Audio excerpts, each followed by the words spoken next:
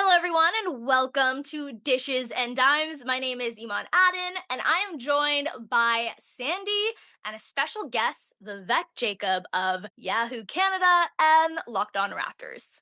Hi, guys. Hey, it's been a while. It's been a How? Not at all. Not at all. I mean, we'll get into all of that. We've got so much to get into today, though. Let's jump right in. Let's jump right in, and then we can talk about how long it's been. So the trade deadline that has come and gone. And the Raptors have made some additions, two centers, I would say. One by the name of Jakob maybe everybody's familiar with him. We've gotten him back for a couple of trade deadlines, but it seems like we might get him back right now. Let's start with Jakob, because that's the latest news. He's been listed as questionable. What do you guys think is happening with Jakob there? I mean, I think they've been resting him, trying to get his back right, trying to figure out what's going on. Like Bobby said in the presser, we're not sitting here 7 feet tall, knowing what it's like to have a sore back. I think, no one's going to try to figure out or resolve the situation better than Alex McKechnie. And they're at a point now where they maybe feel like he's getting closer to a return. Maybe some of that is just managing the PR a little bit in terms of the way the fan base is feeling about Jakob Poeltl. But yeah, I don't think they'd upgrade him to questionable and say the things that they've been saying if there wasn't an intent to use him at least after the All-Star break. So I think right now he's back, he's practicing, he's taking contact.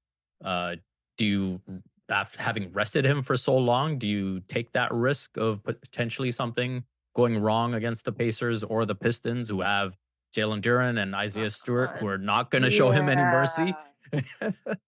Mm-mm. Or do you just say, hey, we've waited this long, what's another 2 games, where the trade-off is another 2 weeks off, and then you just come out of the break and hopefully hit the ground running?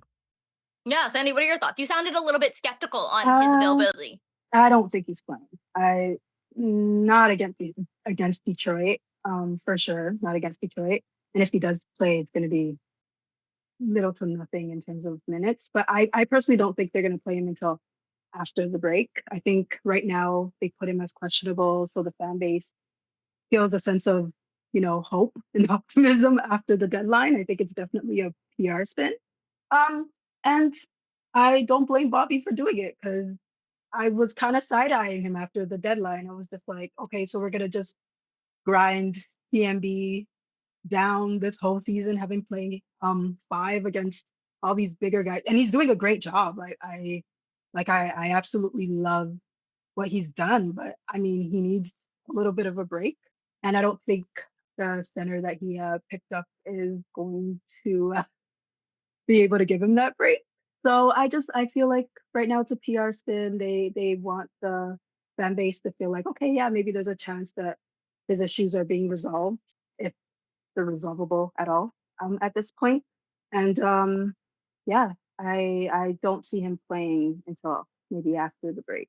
Okay, I mean, you did mention it. The Raptors picked up an actual center. They did do a trade deadline move, maybe not as much as a lot of fans wanted to do. But they did pick up Trayce Jackson Davis of the Golden State Warriors, son of Dale Davis, which I've come to learn. I didn't realize that, but any light skinned guy in the NBA, probably the son of a basketball player. Let's be real. Yeah. Um, so Trayce Jackson Davis, who you did mention might not be like I understand. So the thing is, the Raptors have one 7-footer on the team, and even though they added a center, they didn't quite add a 7-footer. He is an undersized guy, 6'9", but I mean, what do the Raptors love if not another 6'9" guy? What are your thoughts on what the Raptors did at the deadline? Vivek, we'll start with you. I do feel underwhelmed by what's happened. I think it was pretty straightforward to get under the tax. It was under $1 million that you're trying to get under. Bobby Webster has been a cap expert all his life, so you just expect that to happen. And so then it was just going to come down to, hey, what weakness are you going to try to address? Is it going to be the shooting, where we know the Raptors are a really poor 3-point shooting team? Are you going to try and get Scottie and CMB some help on the inside to get a real uh, center, 7 feet preferably, that can really, impose their will against these other teams? And you end up doing neither. For me, it's funny. I saw that tweet. I forget by who, but it was like, "Oh, you couldn't get Jaren Jackson, and you couldn't get Anthony Davis, so you went and got Jackson Davis." Um, Hey, It's kind of like the Stanley Johnson after Kobe. hey, Like, girl, please. yeah, so yeah, with Trace Jackson Davis, as you said, undersized center. I think they like that he fits sort of the prototype of what they want at the center position, a guy who can play make a little bit, a guy who can be a bit of a lob threat. But in terms of the weaknesses, they're pretty similar too. He's not someone who can space the floor. He's attempted 5 threes in his NBA career. His finishing percentage around the basket is pretty low for a big. And so that's that's discouraging on as you. well. And yeah, so overall, as a 6'9" big, it's just pretty underwhelming. And that's fair. That's fair. Can I say I have kind of an outlier take here, which is that like I'm not obviously overwhelmed by what the Raptors did at the deadline, but I'm not underwhelmed. I'm just like whelmed. I think I'm just there because I look around. Would I want Jaren Jackson Davis? Jaren Jack. Oh my god! Now I'm doing it. Would I want Triple J? um would I want him? And the answer is at 50 mil, like do I think that he should be making the most money on the team? We're just talking about trying to cut money right now, obviously moving off of Ochai Abaji, which we have not mentioned, no longer being a Toronto Raptor, who also like kind of whelmed me this season, maybe underwhelmed me to be honest. Like sorry for that to be the send off of Ochai there, but yeah, I look at what the Raptors need. Obviously, some shooting would be nice. Obviously, some size would be nice. But you look at who's there on the market. The To me, it was so like I didn't care for any of the players so much that I was trying to talk myself in to Demontis Sabonis. Like that's where I was at. Where, like I was talking myself into Demontis Sabonis, and then I had a moment where I was like, "What am I doing?" And so I had to walk myself back a little bit. But if I'm looking at what the Raptors need, obviously they need shooting. Obviously they need size. You would like for them to have um someone who can pair well with Bi and Scottie Barnes. When you're looking at what this team is at, you're Scottie Barnes, you're Brandon Ingram, and then you're the other guys who, Jakob Poeltl, it'd be nice to have a center whose back was healthy. It'd be nice to have an actual 7-footer who can play basketball games. And I know some people wanted Zubac there, but like, is that the price that I'm willing to pay for him right now? We saw what just happened with Jakob Poeltl. Like, is he the sort of needle mover? Because we're going to talk about where I think the Raptors are at. And like, what move do I think pushes them over the edge? I don't think it's Triple J. Like, I know a lot of fans like him. He can block shots. He can, space the floor a little bit, but he is also requires a lot of money and it required a lot to go out and get him. And so I'm kind of happy that the Raptors didn't take that risk there. And so when I look at some of the other moves, I'm like, I don't know that there was anything that was like such a needle pusher that I'm like, yeah, go out and get that guy. I'm just sort of like looking towards the summer. Let's see what the Raptors look like in the second half of the season. Let's see how they can build with these young guys. And we can get into some of those questions that I have for you guys. And then let's move forward. Feel I just didn't feel like this was the time to do it. And maybe that's because I look back to at the start of the year and I didn't expect this team to be here. I mean, I felt like they were a top 6 team in the East. I still feel like they're a top 6 team in the East, but I didn't think we would be talking about a team that was top 2 for a good chunk of the season. Right? Like, and we could talk about where I think the Raptors are slotted. Kind of don't think that they're a top 2 team. I think that top 6 is kind of the range that they're actually in. And so I don't know that there's a move that I would make right now that I think could catapult them into the sphere of the Detroit Pistons that we just talked about, or some of the other teams at the top of the Eastern Conference. I just don't know that they're necessarily there, and I don't know that there was a move right now that can bring them there. Like, unless Kawhi Leonard is somehow available, because who knows what the Clippers are doing. I don't know that there's that move right there. And so I don't know. Like, that's where I'm at on it. So yeah, I don't know. But we have all sort of a range. I don't think there's anyone that is overwhelmed by what the Raptors have done.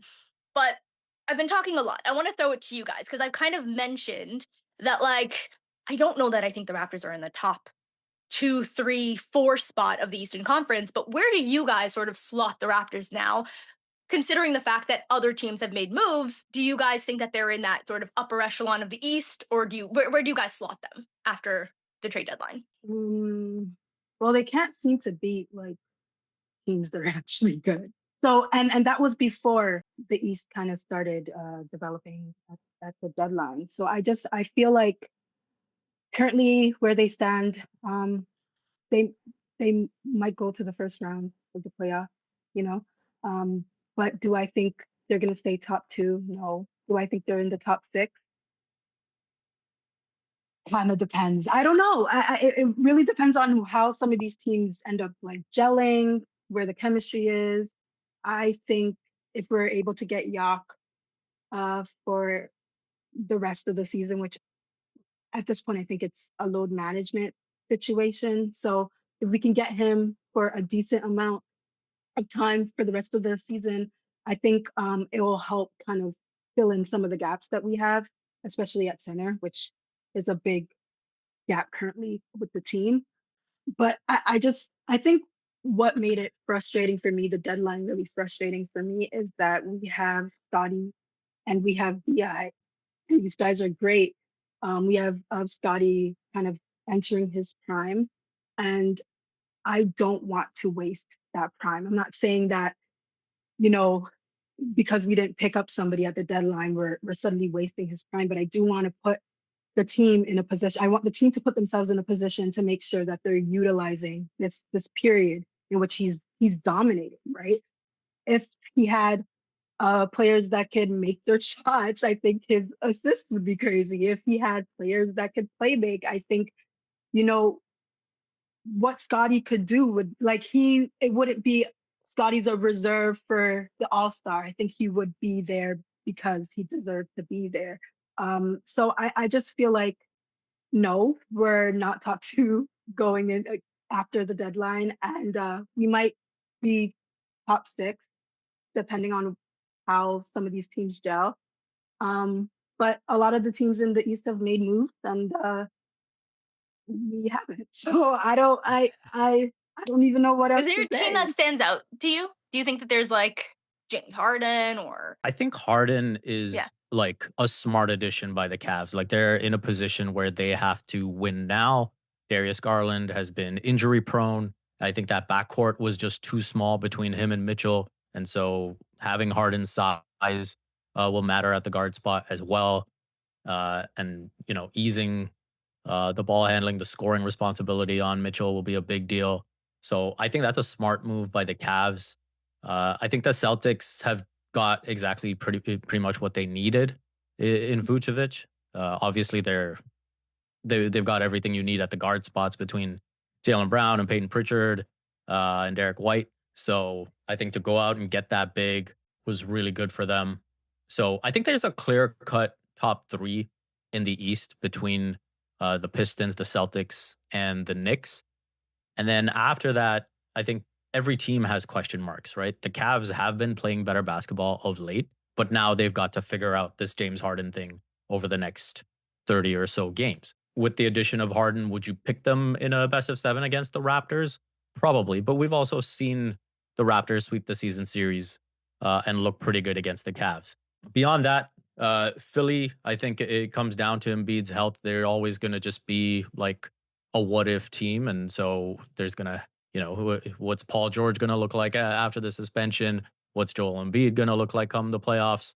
Beyond that, I think I feel pretty confident that the Raptors will finish in the top six. I'd be surprised if they fell into the play in tournament. But yeah, between 4, 5, and 6, I think it's going to be very competitive to see how it finishes out. And yeah, I will say, you know, just going back to the trade deadline, I'm not underwhelmed by not going out and getting a big name. I'm underwhelmed by kind of being stubborn with this whole like 6'9" thing. And there's cheap 7-footers out there. Just go out and get one. Like that's what I'm underwhelmed by. That's fair. There are cheap 7-footers out there. Who knew? Not Bobby Masai. um, yeah, I think I'm with you guys. I think where I sort of see the Raptors in the Eastern Conference is I don't think in a playoff series I know like we're jumping ahead. This is the trade deadline and I'm talking about the playoffs. I need to sort of slow my roll a little bit. But when I look at where the Eastern Conference lays right now, I agree with you. I think that there are the top echelon teams. I would also put the Sixers and the Cavs in sort of that. I don't really see a scenario, especially if they don't have a Jakob going up against a Joel Embiid. And also just watch Tyrese Maxey live and I'm just like, okay, he's unstoppable. Like, is he the greatest basketball player I've ever seen in my life? I don't know. So I just sort of I see that Sixers team and I'm terrified of what they can do, which sounds insane. I was at this place, speaking of like talking myself into crazy things, where I was like, the the Clippers and the Sixers, could that be the finals in 2026 after all these years? And like, no, not gonna happen now. But I was talking myself into that. So like that tells you the respect that I have for James Harden and what the Sixers can do. So although I do think that the Raptors are a top 6 team, I think that they will finish, in the sort of playoff range. I kind of had the same expectations where I had at the start of the year where I'm like, but I don't know that they can challenge any of the teams ahead of them to pull off a series. I think that that would be a really big thing if they were able to win a series. What I'd like to see is them compete and challenge for one. And I really hope when the offseason comes, we're not still talking about them sort of kicking the can down into the following year and not getting that 7-footer or not getting that additional shooting. I think this is the year to really see what they look like. Last season, unfortunately, due to injuries, we didn't get that. So we're getting it now. We're seeing that this team can work together, but there are clear improvements that need to be made to the roster. Um, Size, shooting are 2 big ones that we name. Is there anything else that you look at and say, this is what the Raptors need to improve on? So I think you've nailed it on the head. Like, it is size, it is shooting. And that's where I do disagree with Bobby when he says in the presser, like, we're not in a place yet where we can prioritize certain skill sets. Like, we're just trying to get the best players in. I do think you have a situation where the 3-point shooting has been so glaring for years now. And so for that not to be an obvious thing to be like, yeah, we need to improve our 3-point shooting, that has to be a priority. That's a bit strange to me. I think that's something where you don't want to look at this 2, 3 years down the line, having done a similar thing to what you did with Pascal. And what I mean by that is, I don't think you ever put a team around Pascal that was conducive to being maximizing his skill set. And you needed to put 3-point shooting around him. And you never did that. And now don't do it again with Scottie. Yeah, I have nothing to add to that. That's exactly how I feel. Like, let's not waste Scottie's time, please. Like, Well he's said. a fantastic player. Come on. Now, I don't want to skip over the guys that we do have. Let's talk about them because we're supposed to have some 3-point shooters. We're supposed to have some guys that like can fill these roles. And obviously, if we keep talking about these being needs, some of these guys have not filled their roles. Is there anyone you're sort of looking at on this Raptors team that you're like, hey, you've got to win your role for next season? Is there a guy that Grady, you're zeroing in on?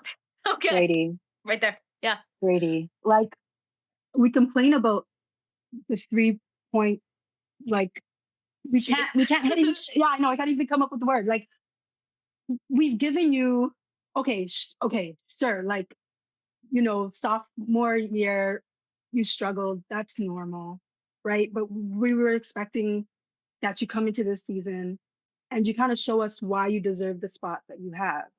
And it's like we've gotten nothing. I just it's so it's so frustrating because been given so much time to kind of develop, and you haven't. And it's getting to a point where your trade value is not that great. So it's not like we can add you to something like a trade that we want to do and get value back. We can't.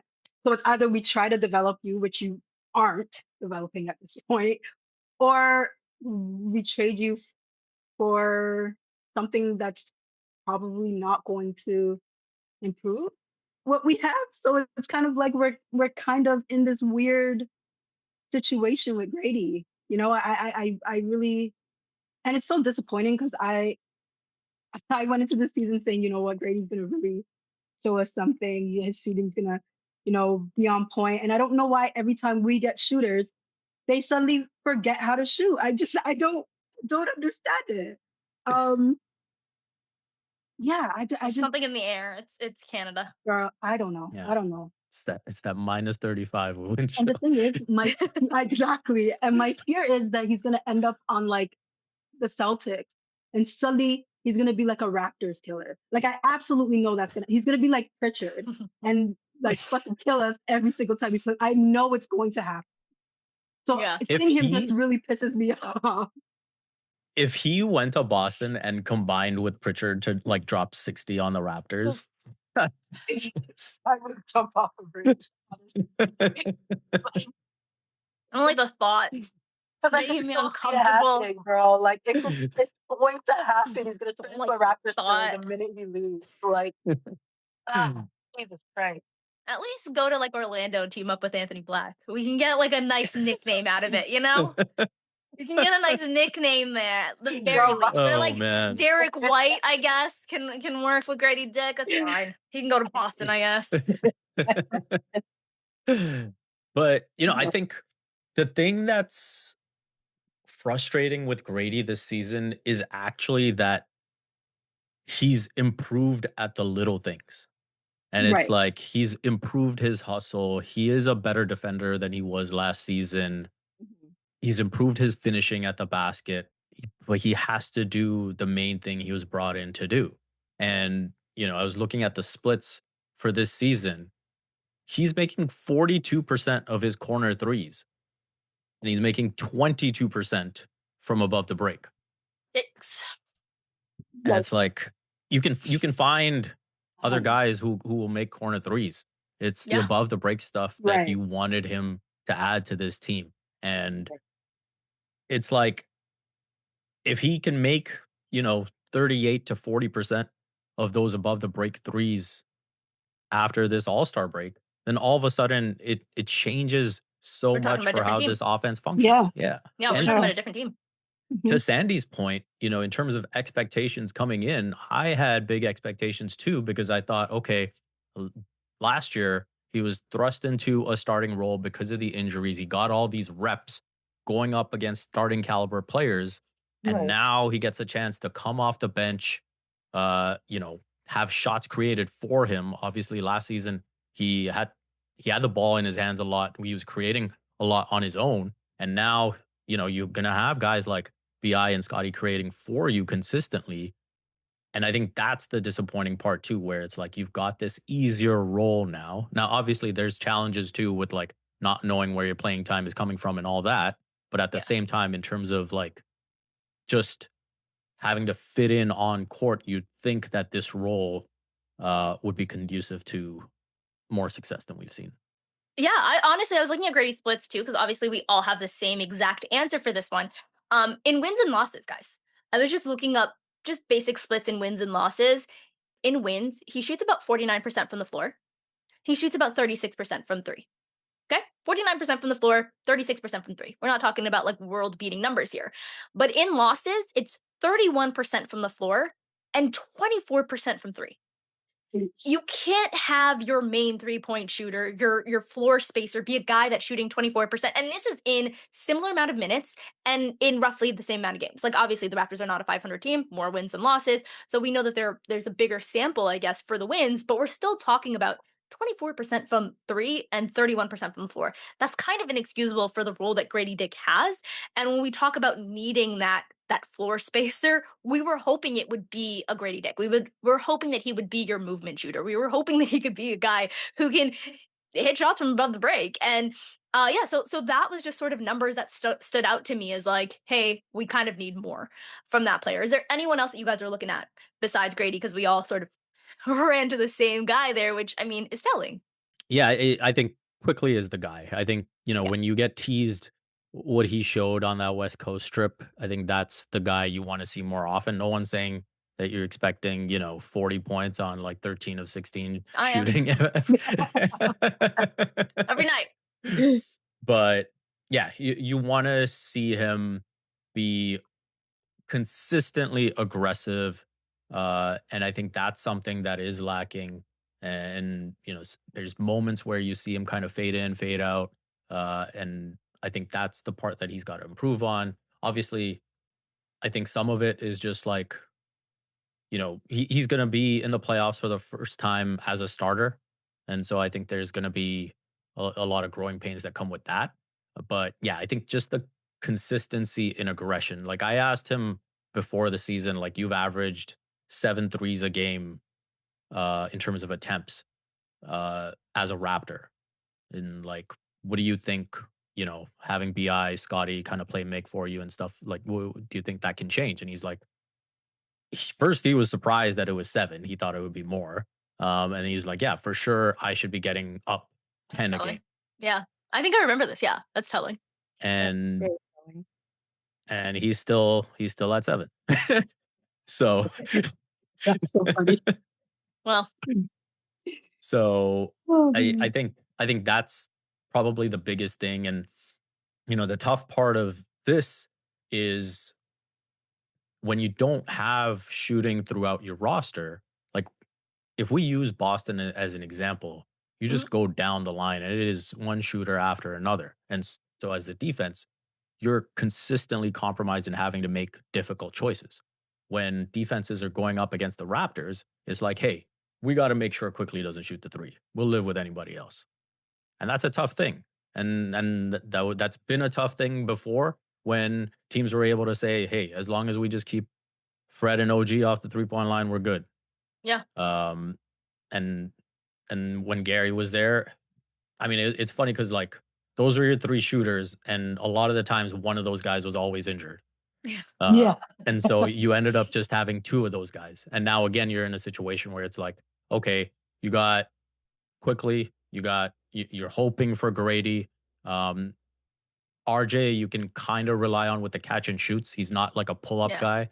Yeah. Scotty, like I think the ship has sailed on him as a Yeah. 3-point shooter. We've seen this movie before where he makes threes the first month and then You get it's just all completely buy gone. in and then it's, yeah. Yeah. So I think that's the part where I think I give him some grace where it's like there just has to be more shooting all around for your best 3-point shooters to be your best 3-point shooters. Yeah, I agree. And I think I give him a little bit more grace as well, just because he doesn't have that pick and roll partner, right? So I think Jakob's absence is hurting. I mean, it hurts obviously the entire team. We talk about the defense, Scottie Barnes, defensive player of the year candidate for the specific reason that, he's doing this as the nominal center for this team or the biggest guy really. But for me, it's Emmanuel quickly in his offense because I was also just looking up his pull up numbers because he was sort of touted as a pull-up guy. And if you look at his pull-up numbers last year, he was shooting 40% from 3 on pull-ups, which is like, hey, if we got that Emmanuel quickly this year, we're talking about a completely different team, but he doesn't have the pick and roll partner. He doesn't have that guy. And so I'm wondering if the emergence, you said having more 3-point shooters can of course help Emmanuel quickly, just, him not being the guy that defenses zero in as the only 3-point shooter, but also having that big, having that pick and roll partner, how does that open up Emmanuel Quickly's game? Because to me, when we're looking at the Raptors in the future, we know who Scottie Barnes is, right? Like we know who he is, especially on the defensive end. We know that he's going to anchor that defense, but we kind of know what his strengths and his limitations are on the offensive end as well. We know that Bi is just your bucket getter, right? Like Bi is just he's going to get you your buckets. He's that guy who's going to sort of carry that offense, but your offense is limited if that is just what you have. I think you need to have some pull-up shooting. You need to have that pick and roll threat. You need to have Jakob Poeltl's big body. You need to have a pull-up 3-point shooter in Emmanuel quickly in order to make this duo work. So to me, it's like, what does a healthy Jakob Poeltl bring to the Raptors offense, specifically in terms of unlocking Emmanuel Quickly's numbers? Because he's down to like in the 30s in terms of his pull-up shooting numbers. His catch and shoot numbers, they're great, they're fine. But like, that's not necessarily what you need from your point guard. You need him to be a pull-up shooter. That's what the Raptors are missing. Looked like they had it last year, but it's been gone this year. And I think part of that is probably because of Jakob Poeltl, but you really need, to me, that's the number one question for Emmanuel Quickly in the second half of the year is like, can you be that guy? Because I think that changes what the Raptors need in terms of a guard, or do they need to find that guy somewhere else and get another point guard? That's my sort of question for Emmanuel Quickly. I don't know if you guys have any sort of pressing questions. We know the Grady ones, but like, does anyone else have a question for any guy? I have questions for Bobby, to be honest. Fair. I feel like we've had Fair. an incomplete team for like since well, maybe not when Kawhi left. The season after that was great as well, but after Best season ever. that champion, yeah, seriously, after that championship team fell To apart, Tampa. Yeah. we just have not had a complete team. We're always missing something. It's either a center, no 3-point shooting. We're undersized. Everybody's 6'9". Like at some point, we need to know what is your plan. Hey, now for everyone is still 6'9". That's not gone. and it's not working. And it's not. I mean, it's working a little better this season than it did last season, but it's not going to win us. Well, maybe it might win us a playoff series if things go right. But I mean, I think what's frustrating is that I feel like we've been in limbo for a very long time. And I think that's why Raptors fans are so hard on the players right now, because it's like, it's a rebuild season, but it's not really, because we're paying certain people a certain amount. Yeah. And then on top of it, it's like, okay, the team has potential. We see that the team has potential, and there needs to be some moves to kind of make sure that this team could actually make some moves. And Rebuild is done. yeah, We're in building. it's so not build. a rebuild anymore. Exactly, and that's kind of where I'm at. I just want to see that Bobby's the right guy for the job, because it's like we've been with him for a very long time, and I'm still bitter about Masai. So I'm just like, Bobby, show me something, you know? So that's the guy that I'm looking at. I want to see what he does this summer to kind of tie some loose ends and get this team moving past the whole rebuild into like, okay, we want to become contenders. Vivek, any questions? Questions. I think RJ has answered a good amount of questions when he's been healthy this season. Mhm. I think that we've seen how important he is to the offense in terms of his ability to get into the paint, his ability to draw attention, for him to score in the post, and just be a scorer. Like the Raptors need players with that mindset. And I think this second half of the season, plus the postseason, I think is still important for him to like maintain that level. I think he, watching these games after he came back, it feels like he's still working his way back. Yeah. Doesn't seem like he's 100%. Um, and so I think, after the All-Star break, you kind of want to see the RJ that we saw in the first 20 or so games before the injury, and especially the RJ we saw in that Boston game where he did get injured, right? Because he looked great in Great. that game. Yeah. So It always comes it's back to not Boston, doesn't it? Always. Always. always, Boston. always. So it's not a question in terms of like criticizing his player or anything. It's a question in terms of like, I just want to see that RJ again, because I just think it's so important to this team's offense. Beyond the players, like I think Darko has some questions to answer. Yeah. I think that when you look at, the end of game execution offensively, when you look at the way the Raptors struggled with zone defenses for as long as they did, and still, we'll see teams throw it at them moving forward too. We haven't seen a great response, Yeah. and I think, it is important to be patient in the sense that we keep in mind that the goal coming in was to just be a top 6 team and win around 45 games. But at the same time, sometimes you achieve a goal early, Yeah. and it's time to, Expectations change. change the Yeah. goalposts and Yeah. say, hey, what else can we achieve here? And, get a little greedy. And so I think that's where I'd like to see Darko kind of be like, okay, it's great that we've got to this point. It's great that, the defense has, that we weren't sure about at the end of last season because they were going up against so many bad teams saying, hey, is this real? Is it not? Now we see that it is real. So let's get the offense up to par. And so when RJ's out of the lineup, this team shouldn't be dropping from, a top 8 offense to bottom 5. Yeah. If it drops Right. from top 8 to like league average, then you understand that. But I think there's more solutions at play than what we've seen so far from Darko.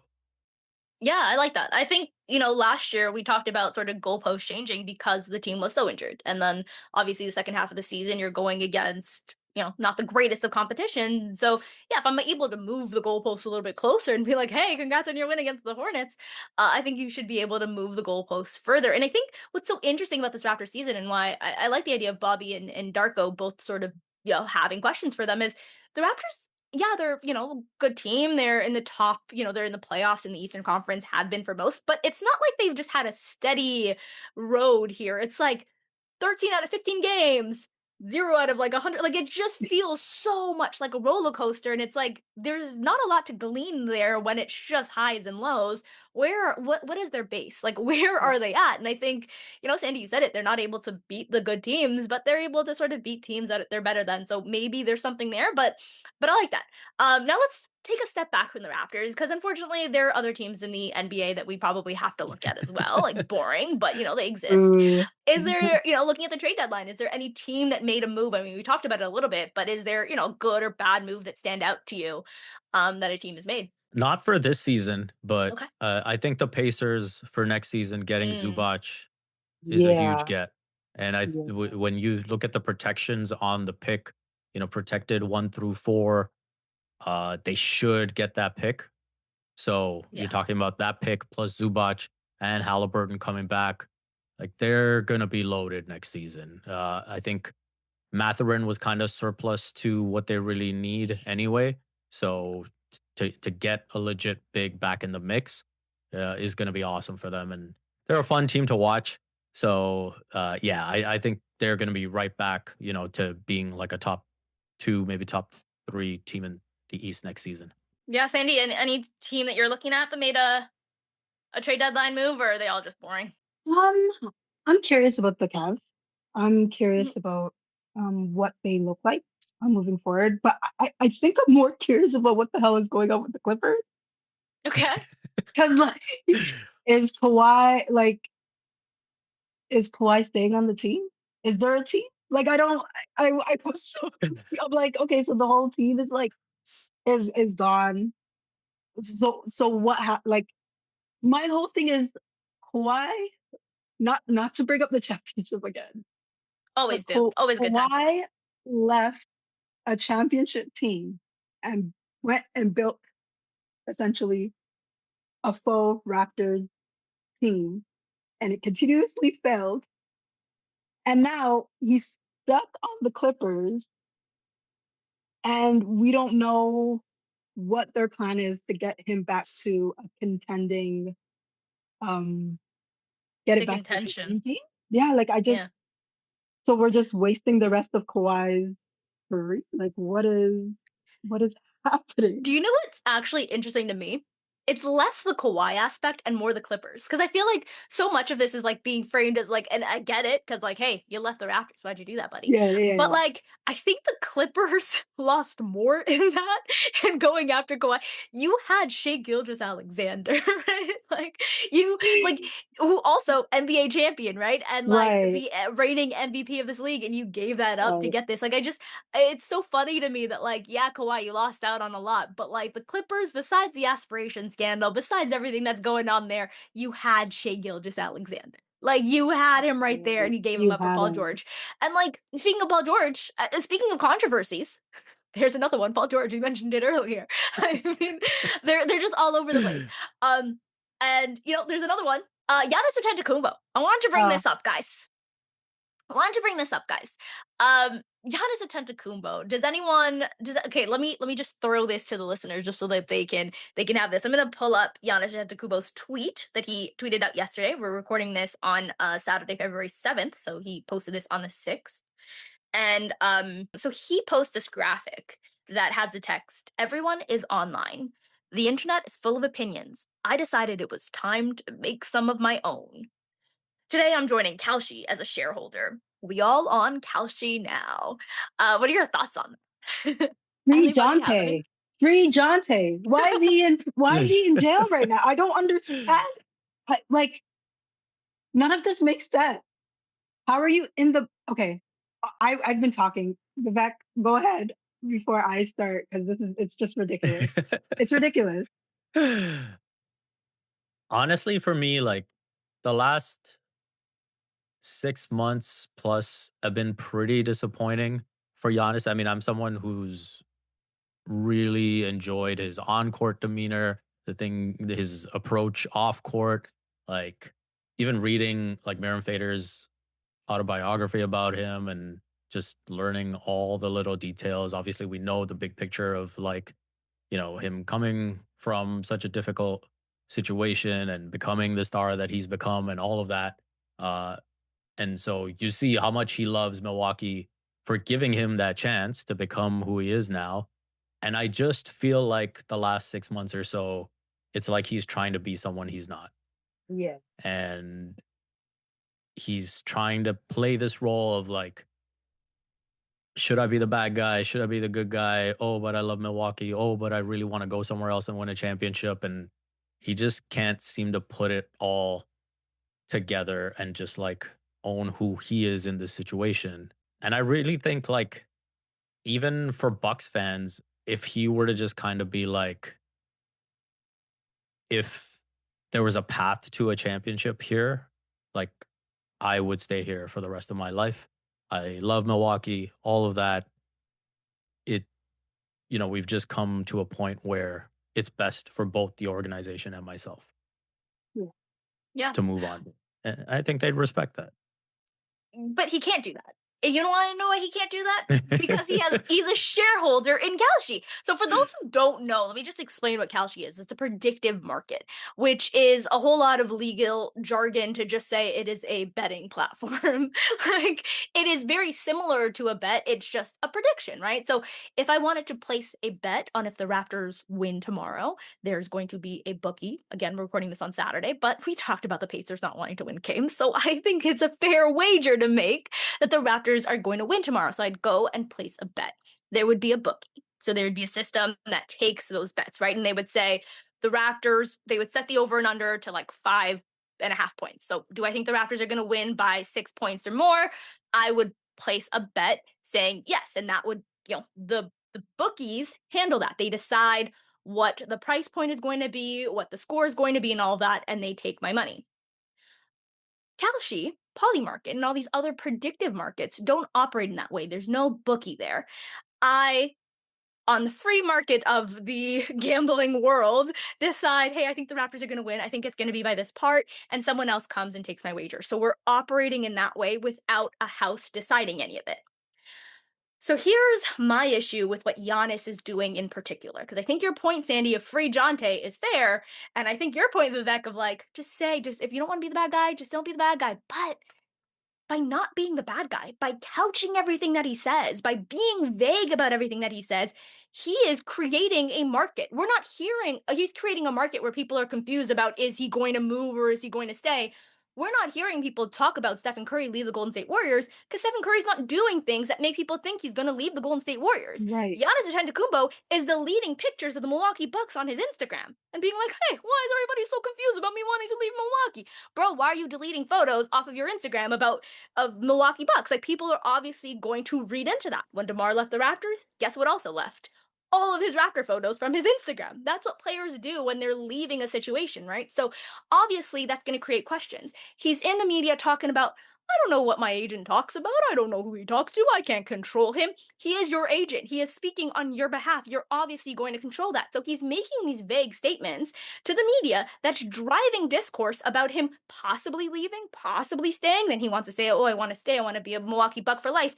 If you had said that 2 months ago, Giannis, Kalshi would have lost a lot of money because people would not have been making wagers, bets. They wouldn't have been placing that on Polymarket or Kalshi or any of these other places. So to me, what he's doing is almost identical to what Jonte Porter did. Jonte Porter said, oh, I hurt my eye, oh, I hurt my knee, I can't play, and sat out.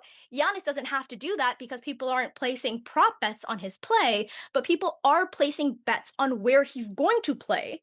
And by him creating this controversy of if he's going to stay or if he's going to go, Kalshi makes out like bandits. And then you find out that he has a share in this company, and you're like, how is any of this legal? What is the NBA doing that they're allowing something like this to happen? It doesn't make any sense to me.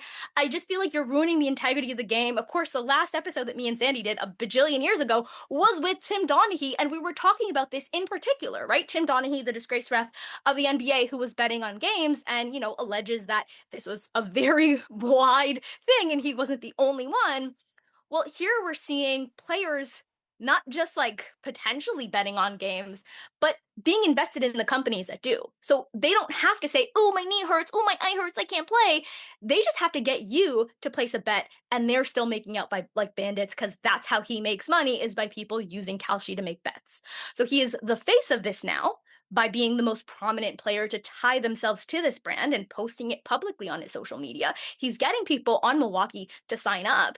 To me, there's just so many levels and layers to why this is just a yucky thing to do. Like, for one, players are never going to sign up to be the spokesperson for cigarettes because they realize that cigarettes are harmful to their fan base. They realize that these things are damaging to people, right? Like, Giannis posts something a little bit provocative and his wife is like, hey, you've got kids on there. And he pulls it back because he recognizes that that's damaging to his fan base. Guess what else is damaging to your fan base? Gambling. But at this point, the NBA is tied in, and Polymarket and Kalshi and all these places are not gambling. They're predictive markets. So I'm not gambling by saying that the Raptors are going to win tomorrow. I'm predicting, based off the fact that the Pacers want to lose and the Raptors are a better team, that they're going to win. And now I'm not gambling. I'm predicting that they're going to win. But it's essentially the same exact thing. And he's tied himself to this, and he controls the discourse. And he decided to be very vague and very ambiguous on what he says. And that drove the market crazy, which is why for months on end, we kept hearing, is Giannis going to stay a buck or not? From December, January, February, it was 3 months of us talking about Giannis possibly being a buck or not. And it was all driven by Giannis's vague comments. And then you find out that he's profiting off of people making wagers on it. So to me, it's like really gross, really yucky. It's something that the NBA needs to take control of. They need to rein in, because I just don't see how this is. I don't see how this makes sense moving forward. And apparently, allegedly, and I don't really know all the details, Kevin Durant is also a shareholder in Kalshi. And the latest CBA said that NBA players can be, not just in Kalshi, not just in predictive markets, which operate different than gambling legally because of legal jargon that allows them to, but in gambling and in sports books, NBA players are allowed to have a 1% stake. So you're now tying, if you are one of the faces of the league, you can get your fans, a bunch of kids, to sign up to do this. Obviously, kids over the age of 18, if they, whatever. To sign up to do this, you're getting people hooked onto gambling, and you're also profiting, because it's not just, oh, I'm not going to play today, or I'm going to score over 20 points today. It's also, where am I going to play tomorrow? Am I going to play? We're like, Kalshi's just not done with this Giannis thing. Now the wagers are if he's going to play, right? Like, how many games is he going to play for the rest of the season? Is he healthy enough? That's the next conversation that's happening with Giannis, and he controls all of this. It feels like insider trading. It feels like gambling. It feels gross, but here's where we are, and that's like my rant for the day on Giannis.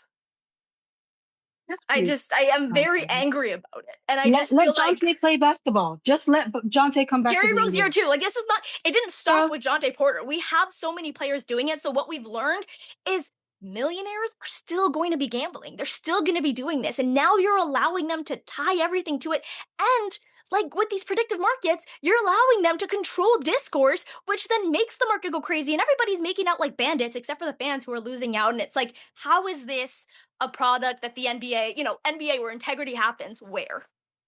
I just don't see it. I don't like it. My whole thing is like, if a dude on a minimum contract wants to make some extra cash by missing a shot, what's the problem at this point? Well, here's what they're doing now. Here's what they're doing now, and this is like some of the things that have changed. And I wrote about this for Pros and Claws a couple of months ago. Some things that have changed, and the Adam Silver's like, this is what we're doing to stop this. Is now you can't be a player of Jonte Porter's level and have prop bets. So you can't be a guy on a minimum and have prop bets. So Jonte Porter can never do what he did. You have to be a player worth betting on. You have to be a LeBron James level player. But here's the thing. What Tim Donaghy said on our podcast is like, well, refs still have this in because they know if a guy's hurt. You don't think my teammate knows if I'm hurt? You don't know if people, you see like people's best friends are on teams. Like the NBA is also this like league of nepotism where people's friends are on the G League teams that are on NBA teams. There are guys that know this stuff. There's still some of this stuff happening even with the bigger players on the team. Some, we just had that big scandal that broke that had Damon Jones and some other people tied in with gambling, and the idea was that's LeBron James' friend. And he knew some insider information on LeBron James, so he was able to place bets there. So we know that this stuff is happening because it's in the news that it's happening. Right. And it's going to continue to happen. But to me, it's like, how do you get to control the discourse? Right. And like Giannis doesn't have to do anything, right? Like he doesn't have to play poorly. He doesn't have to have anything sort of be flagged. Because he doesn't he's winning whether or not people bet on something, right? Like Yeah. Jonte Porter needed to bet on his own unders or have his people bet on his unders in order to cash out.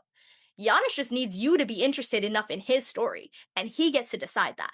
And that to me is like, then what are we talking about? What is discourse? Like, because we sit here every week and we talk about what's going on in the NBA, but what we're saying is being dictated by these players who might be messing with like the storylines in order to make themselves more money. That's where it gets really convoluted. And this is the league that the NBA has decided it wants to be in bed with. And to me, the biggest part is like your employer is who pays you the most, right? Like I work for whoever gives me the most money. Even if I have a 9 to 5, if this company Right. over here is paying me bank, like LeBron James, his employer is Nike. His employer is It's not the Nike. NBA. He can take Yep. whatever small contract that he wants. He can sign for 1 year and lose out on money that way. It doesn't matter because it's Nike that's paying him $1 billion. Jordan, Right. Nike is what's paying him money. It wasn't the NBA, right? So Right. if your biggest employer is who pays you the most, and it's these gambling companies that are making out like bandits, at what point does it come to an NBA player and it's like, hey, I'm actually making more money over here from Polymarket or from Kalshi, even though I'd get in trouble for calling them, predictive markets, not gambling, whatever. Or even if it's the FanDuels, I don't know, I said it like that, FanDuels or whatever it is. Like, at what point do we get there? And I think the NBA needs to realize that, like, we're on the brink of that. Yeah, we're maybe a couple of years away, but we're only a couple of years away. There will become a point where they're making more money from gambling. And then when we get to leagues like the WNBA, and we could talk about their CBA negotiations in future episodes and where everybody's at there, but they're not making the same money the NBA players are making. And it's still the big names there. So it just feels like a slippery slope because the WNBA is obviously a sister league to the NBA. So it's like, I just feel like we're in this like really gross place and everyone needs to take a pause, or maybe Pablo Torre needs to do an expose, because I feel like we're getting to a place where we can't really rein it back. Yeah, Adam Silver needs to put a cap on this. Like, you Yeah. can't have one of your top 5 players be a stakeholder in a betting. Multiple. Kevin Durant You as can't well. Kevin you Durant can't as well. you can't do Allegedly. that. You can't allegedly. Like I just, it's either you're going to stop the players from being involved with sports betting, or you're not. And if you're not, you just have to live with the consequences at this point. You gotta accept what happened. You know what I mean? Like I don't think you could put a cap on, for me, I don't think it's fair to put a cap on what players that are making the minimum do, but not put a cap on what a LeBron or a KD or a Giannis can do. Because you know who actually really needs the money? A Jonte Porter. Yeah, but Right? he can't gamble. If that's what he's doing with it, don't gamble. Sorry, Yeah, Jonte. You don't lose out. gamble. Don't Go bet gamble. on Michael Porter Jr. if anything. You're gonna end up in prison. Don't do it.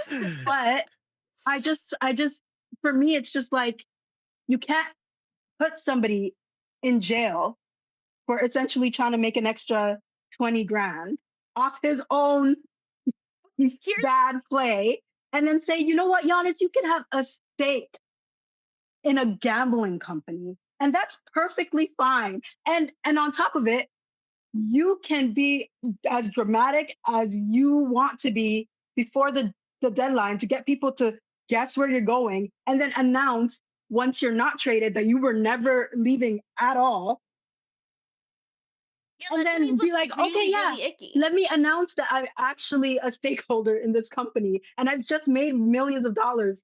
Well, he can't even say that. So they're just not even touching that. But to me, it's like, okay, yeah, what Jonte Porter did is illegal, but it feels like what Giannis is doing is very Nancy Pelosi-esque. And it feels like the NBA is just opening themselves up to having just a league of Nancy Pelosi's if you are one of the higher up people. And I just think that that's a little legal insider trading me. It Yes, feels it like is. a Yeah. legalized version of It insider is. trading.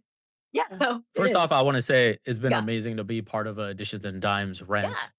Thanks. It's We haven't had Thanks for one so joining long, us. right? I don't think I've been Been part a of one minute. live. I've listened to them.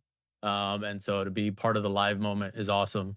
The other thing I'll add here is I think you also have to ask, just out of curiosity, what is Shams's part in all this? Yeah. And when Ooh, you look at, yeah, the things that he's tweeted, the way Giannis has kind of presented that he doesn't like right. him, and Mm, now Giannis is going to be coaching Shams in the celebrity game, and it looks like it'll be no issue whatsoever.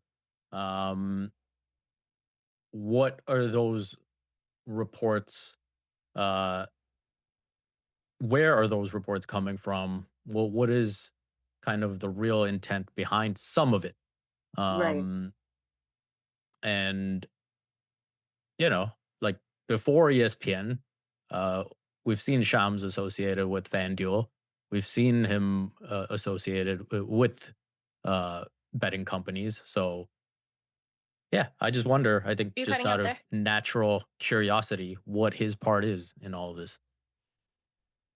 I didn't even really think about it, but you're totally right. They could be creating a whole narrative and it could be part of a whole plan. And I know I sound very conspiracy, conspiracy conspiracy theory right now, but I think we're in that space in terms of the whole world where everything's a conspiracy.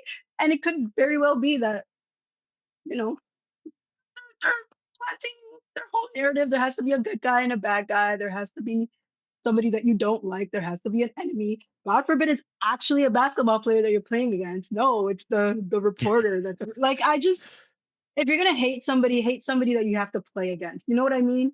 So it could very well be a narrative that they're creating. Who knows? At this point, I believe any and everything. I believe any and everything. After the Luca trade, all bets are off. Yeah, no, seriously, like that was Uh, insane. what was the That was predictive insane. market on that? I want to know. I don't know who predicted that one. Uh, Whoever did made a lot of money. yeah. Yeah, which is like, I mean, what the whole predictive market is all about, someone who knows something. But yeah, I don't know if anyone has any other takes. I just want to sort of end this off by saying like Adam Silver is not divorced from this. This kind of falls to me squarely on Adam Silver's lap, who back in 2014 wrote an op-ed basically stating that he wants sports gambling to be legal. And where we're at right now is truly inevitable. This is where that leads. I mean, David Stern, for all his faults, really nipped that in the bud, and for good reason. It seems Yeah, like. Which I mean, Sandie, we're gonna do that sort of deep dive on everything that David Stern did to sort of allegedly did to quiet that down. And Adam Silver, I mean, brought us here, and this is where we're at. We're at a place now where the biggest faces of the league are teaming up with these brands, and hopefully the backlash is loud enough. Hopefully the fear of a Pablo Torres expose is big enough where it shuts down, because I just feel like I want to watch a game that I don't feel is rigged. I want to watch a game where I go in believing the storylines that I'm hearing, and it basketball is my soap opera. Basketball is my favorite thing that I tune into, and I think the storylines outside of the game are just as enticing as the storylines in the game. And if both of those feel muddied and feel like people are lying to me, it feels like WWE. I don't know that like I can continue being a basketball fan, and I'm sure a lot of other people feel the same way. So yeah, that's my parting thoughts at the very least. I'm just ready for the documentary in about 20 years. Let's I do hope it. Adam Let's be the Silver is ones to ready do for it. it. The ESPN And the 30. thing Like, let's is, see. we don't even know if the Pablo Torre expose was big enough yet with this whole aspiration investigation, right? Yeah. Like things have Yeah, gotten very quiet. We don't know what's going to come of it. And like right off the top, we saw Adam Silver come out and say, "Oh, I've never heard of aspiration, this and that." And then all of a sudden it's like, "Oh, right, we we literally signed a deal with them." Um and then, what made you determine that, oh, there's no way we're going to be able to make a decision before the All-Star game, which happens to be at Intuit Dome? Um, yeah. like I mean, what was that determination based off? Was it just, the fact that Steve Ballmer is the richest owner in your league and you've got to find a way to do this investigation, but also kind of keep him happy and maintain that relationship because you don't want to lose all that money? Um, so Yeah, I think there's a lot going on here. I think over the course of Adam Silver's tenure, we've seen him kind of do PR management to the maximum, where I think that he will try to pretend that everything is okay on the outside and then just hope that, all the outside noise just dies down. And it seems like he's trying to do the same thing here with the aspiration investigation. We'll see what actually comes of it. And then, yeah, if everything that Pablo Torre has exposed to this point isn't enough, then I think that's going to be pretty telling on because then you're pretty much giving a green light to all the owners in the league to say, Yep. hey, you can do literally all of this and get away with it. Yeah. Mhm. I mean, I tune into basketball to avoid the news stories about billionaires Yeah. and Yeah. the mess that they're in. It's like, here I am. Yeah. So, that's life. It's But everywhere. thank It's you so much, everywhere. Sandy. And thank you so much, Vivek. And thank you so much, everyone, for tuning in to another Dishes and Dimes.